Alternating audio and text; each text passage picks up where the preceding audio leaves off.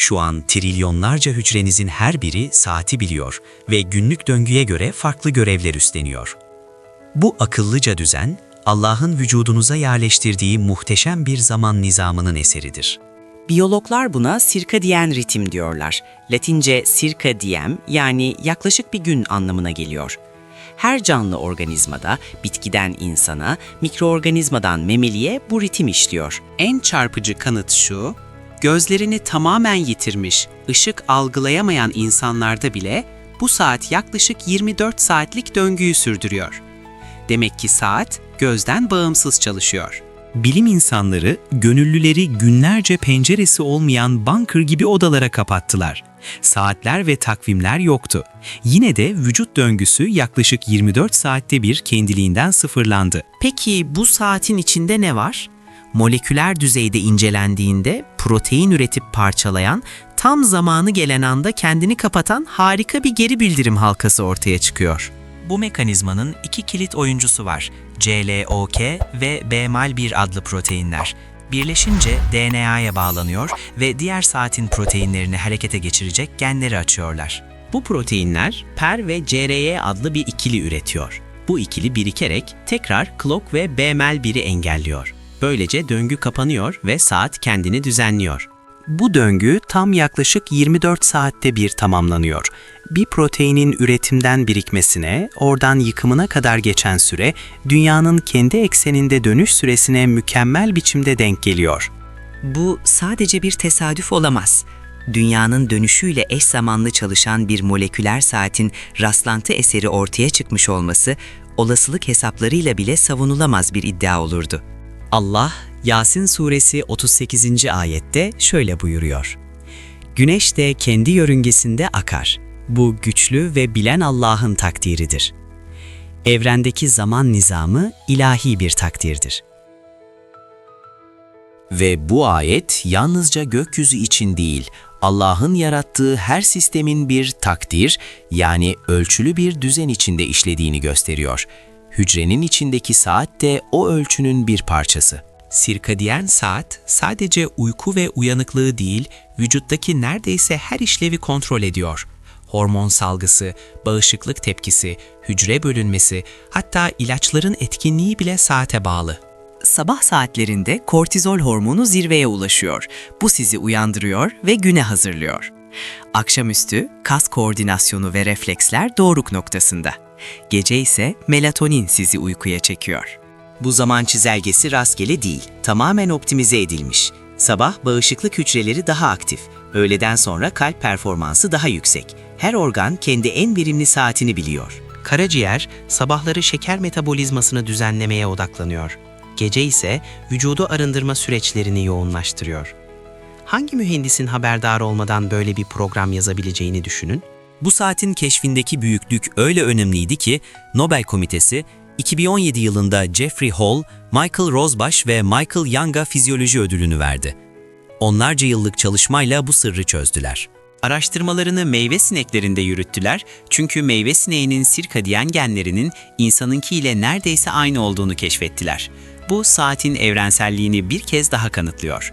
Meyve sineği, insan, mantar, bitki hepsi aynı temel moleküler saati paylaşıyor. Bu ortaklık, saatin hayatın en başında Allah tarafından canlıların temeline yerleştirildiğini gösteriyor.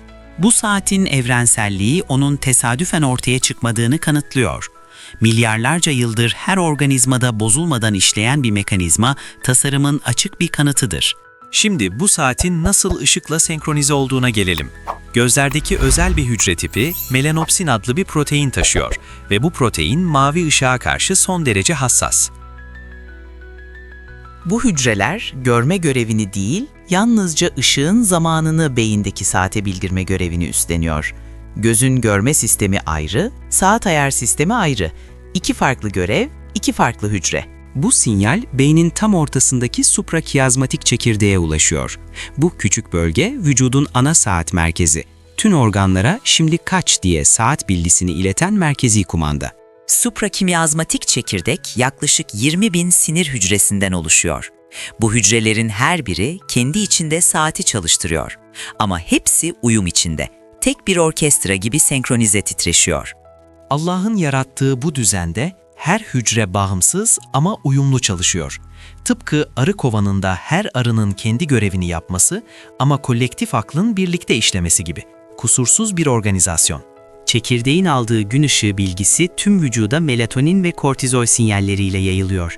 Gün ışığı azalınca melatonin üretimi başlıyor. Bu uyku hazırlık sinyali tam zamanında devreye giriyor.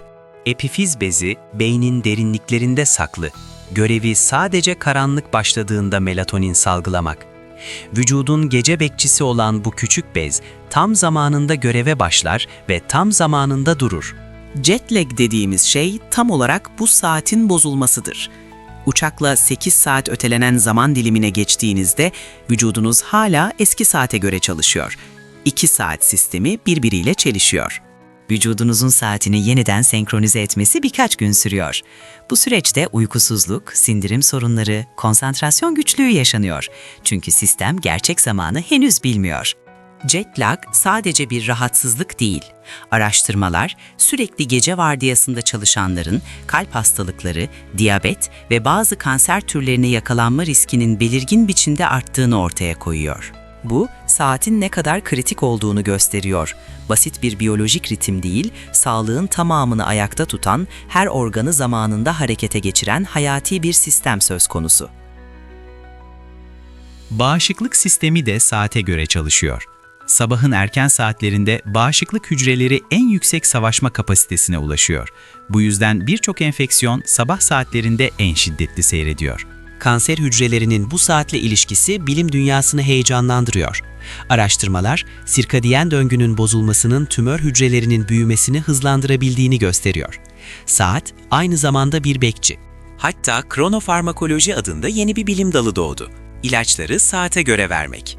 Aynı ilaç sabah verildiğinde daha etkili, geceleyin verildiğinde daha az etkili olabiliyor ya da yan etkisi artıyor. Kemoterapi hastalara sabah yerine öğleden sonra verildiğinde bazı çalışmalar yan etkilerin azaldığını ve etkinliğin arttığını gösterdi. Vücudun saati tedaviyi bile optimize ediyor. Bitkilerde de aynı sistem var. Bitkiler yaprak hareketlerini, çiçek açma zamanlarını ve fotosentez kapasitelerini sirkadiyen saate göre ayarlıyor. Bu sistem onlara güneşi en verimli kullanma imkanı sunuyor. Çiçekler neden belirli saatlerde açıyor? Bu bir süsleme değil. O saatte böceklerin en aktif olduğunu, tozu taşımaya en hazır olduğunu ve o koordinasyonu Allah'ın sistemlerine işlediğini gösteriyor. Tek hücreli varlıklar olan siyanobakteriler yaklaşık 3,5 milyar yıldır dünya üzerinde yaşıyor ve bunların da sirkadiyen saati var. Bu en basit canlıda bile Allah'ın zaman düzeni yerleşik. Araştırmacılar siyanobakteri saatini laboratuvarda 3 saf proteinden yeniden oluşturdular. Yalnızca Ka, Kb ve Kc proteinleri, enerji kaynağı ve su. Bu 3 protein tam 24 saatlik döngü kurdu. Düşünün, sadece 3 protein ve su. Başka hiçbir şey yok. Ne hücre zarı, ne enerji sistemi, ne de karmaşık bir makina. Yalnızca 3 molekül mükemmel bir zaman döngüsü oluşturuyor. Bu, bilim insanlarını da derin bir hayrete düşürdü. Yaşamı açıklamak için karmaşıklaştıran değil, en sade sistemlerde bile muhteşem işlevselliğin var olduğu görülüyor. Bu sadeliğin ardında büyük bir akıl var. İnsan vücudundaki saat daha da karmaşık. Binlerce gen sirkadiyen ritme göre açılıp kapanıyor. Genomun yaklaşık %80'inin bu ritmik aktivasyon tarafından etkilendiği tahmin ediliyor. %80. Vücudunuzdaki genlerin büyük çoğunluğu zamanı biliyor ve zamanına göre davranıyor. Bu koordinasyon en gelişmiş insan yapımı yazılım sistemlerinin bile ötesinde bir düzeni temsil ediyor. Furkan suresi 62. ayette Allah buyuruyor. O, geceyi ve gündüzü birbirinin ardınca getiren ve öğüt almak veya şükretmek isteyenler için bunu bir hatırlatma kılandır. Gece-gündüz döngüsü bir rahmettir. Gece ve gündüzün ardışıklığı yalnızca güneş sistemi mekaniğinin bir sonucu değil, Allah'ın canlılar için tasarladığı bir ritim çerçevesidir. Vücuttaki saat bu büyük ritmin içsel bir yankısıdır. Sirkadiyen bozukluklar bir depresyon tetikleyicisi olabilir. Mevsimsel depresyon, kış aylarında ışık azlığı yüzünden saatin bozulmasından kaynaklanıyor. Bu bağlantı saatin ruhsal iyiliğe etkisini de açıklıyor. Işık terapisi mevsimsel depresyon tedavisinde kullanılıyor. Sabahları parlak mavi ışığa maruz kalmak saati yeniden senkronize ediyor. Bu mucizeyi basit çözüm saatin ışıkla ne kadar derin bağlantılı olduğunu gösteriyor. Bebeklerin dünyanın dışına çıktıktan sonra sirkadiyen saatleri tam olarak yerleşmiş değil. Annelerin sütündeki melatonin ve kortizol seviyeleri günün saatine göre değişiyor ve bebeğin saatini kuruyor. Bu detay şaşırtıcı. Annenin sütü sadece beslenme değil, aynı zamanda zamanı öğretme aracı. Allah, annenin vücudunu bebeğin saatine ayarlayan bir sistem olarak da tasarlamış. Gözler bozulan ya da kaybolan kişilerde saat yavaş yavaş serbest çalışmaya geçiyor. Döngü hala var ama güneş sistemiyle senkronizasyonu azalıyor. Bu ışığın ayar yaptığını ama saati kurmadığını kanıtlıyor. Bu ayrım son derece önemli. Saat içseldir. Güneş sadece onu dünya saatiyle hizalar.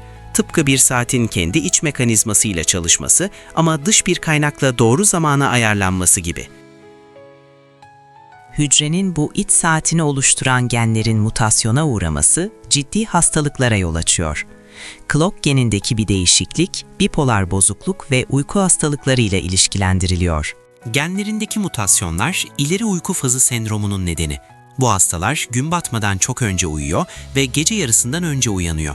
Saatin gen düzeyinde nasıl hassas ayarlı olduğunu gösteriyor. Tüm bu hassasiyetle ayarlanmış sistem rastlantı eseri ortaya çıkmış olamaz. Bir sistem ne kadar hassas ve ne kadar yaygın biçimde işlev görüyorsa tasarımın kanıtı o kadar güçlü demektir. Modern nörobilimciler, suprakiyazmatik çekirdeğin nasıl bu kadar küçük bir alanda bu kadar büyük bir iş yaptığını anlamaya çalışıyor. Yaklaşık 20.000 nöron, trilyonlarca hücreye komuta ediyor. Bu verimlilik akıl almaz. Sanki birkaç köy muhtarı tüm bir ülkeyi yönetiyor gibi. Ama aslında bu küçük komuta merkezi emir vermez. Sadece zaman bilgisini yayar ve her organ kendi saatiyle uyum sağlar. Bu merkezi olmayan ama uyumlu bir sistem. Merkezi planlama değil, yerleşik bilgi. Her hücre saati zaten içinde taşıyor ve merkezi saatle sadece hizalanıyor. Bu mimari dehası Allah'ın yaratma sanatının bir yansıması. Göç eden kuşlar sirkadyen saatlerini pusula gibi kullanıyor. Manyetik alan ve güneşin pozisyonunu saatiyle birleştirerek binlerce kilometre ötedeki hedeflerine doğru gidiyorlar. Bu navigasyon sistemi son derece hassas.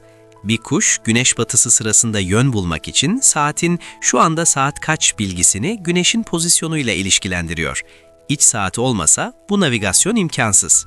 Mercan resifleri yılda bir kez tam aylık dolunay gecesinde eş zamanlı üreme yapıyor. Yüzlerce farklı mercan türü okyanusu milyonlarca yumurta ve sperme dönüştürüyor. Bu koordinasyon sirkadiyen ve Aydinger sisteminin eseri. Merkanların ne takvimi var ne de beyin. Ama yılın tam aynı gecesini hem aylık döngüye hem günlük döngüye göre belirleyebiliyorlar. Bu şaşırtıcı yetenek onlara Allah tarafından verilmiş bir içgüdüdür. Çöl bitkisi göl fiyonkası, güneş doğmadan tam 1 saat önce fotosentez için gerekli enzimleri üretime başlıyor. Güneşi görünce hazır olmak için saatini kullanıyor. Sanki yarını önceden biliyor. Yarını bilmek metafor değil, saatin işlevini mükemmel özetliyor. Varlıklar çevresel değişikliklere reaktif değil, proaktif hazırlanıyor. Bu öngörülü tasarım programcısının ne kadar büyük bir akla sahip olduğunu gösteriyor. İnsanlarda sabah uyanmadan önce kortizol yükselmeye başlıyor. Vücut alarm çalmadan önce sizi uyandırmaya hazırlanıyor. Kalp atışı artıyor, tansiyon yükseliyor, kan şekeri düzenleniyor. Yani sabah size alarm çalmadan kalkabiliyorsanız, vücudunuz gerçekten saat biliyor demektir. Alarmı atan zaten siz değilsiniz.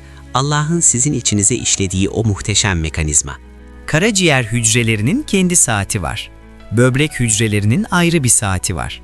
Kalp hücrelerinin de. Hepsi merkezi saatle koordineli. Ama her organ kendi işlevine uygun farklı bir faz ayarına sahip. Kalp saat sabah 6'da daha hızlı atmaya başlıyor. Bu yüzden kalp krizleri sabahın erken saatlerinde daha sık görülüyor. Vücut aktive olmaya başlarken damarlar henüz tam açılmamış oluyor. Bu gerçeği bilen kardiyologlar artık bazı ilaçları akşam reçete ediyor. Böylece ilaç sabaha karşı en yüksek etkinliğe ulaşıyor. Saatin bilgisi hastalara can kazandırıyor. Peki yapay ışıklar bu sistemi nasıl etkiliyor? Modern yaşamın en büyük biyolojik sorunlarından biri bu. Gece saatlerinde ekranlardan yayılan mavi ışık beyne henüz güneş batmadı mesajını gönderiyor. Melatonin bastırılıyor, saat gecikiyor, uyku kalitesi düşüyor.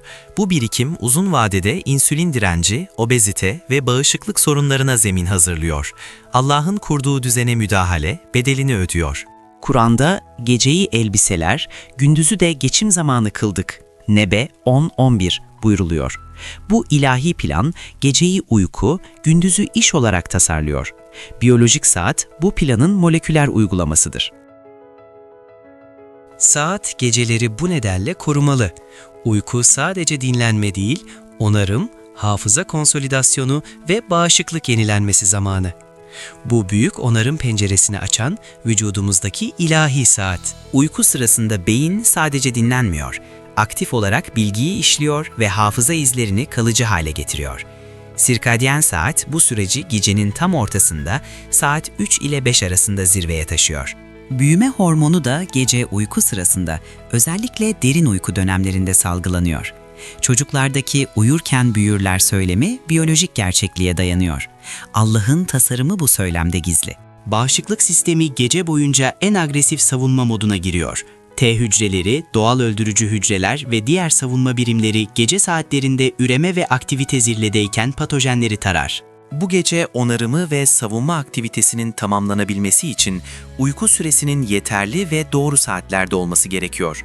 Sabaha karşı uyumak bu sistemi tersine çeviriyor ve onarım penceresi kapanıyor.